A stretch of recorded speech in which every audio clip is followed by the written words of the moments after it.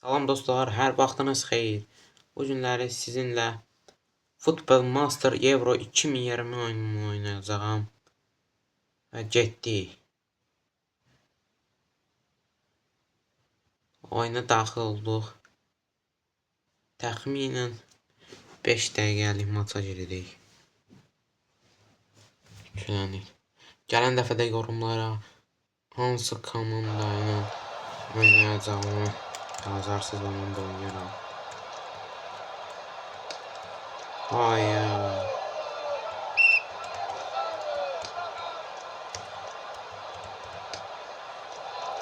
İşlər heç də yaxşı getmir. Vay.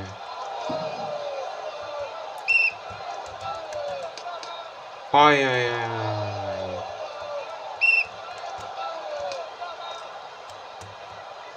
Gol.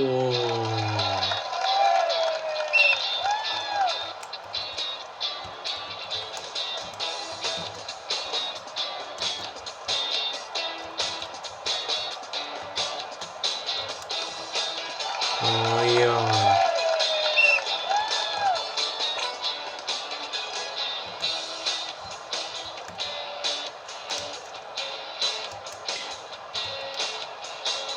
Bak 66. dəqiqə.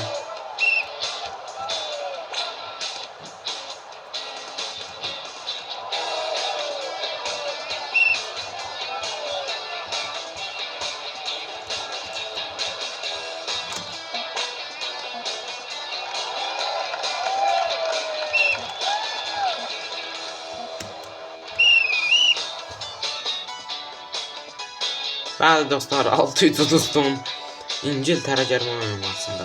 Gələn dəfə yorumlara hansı komandaya qarşı oynayacağımı yaz.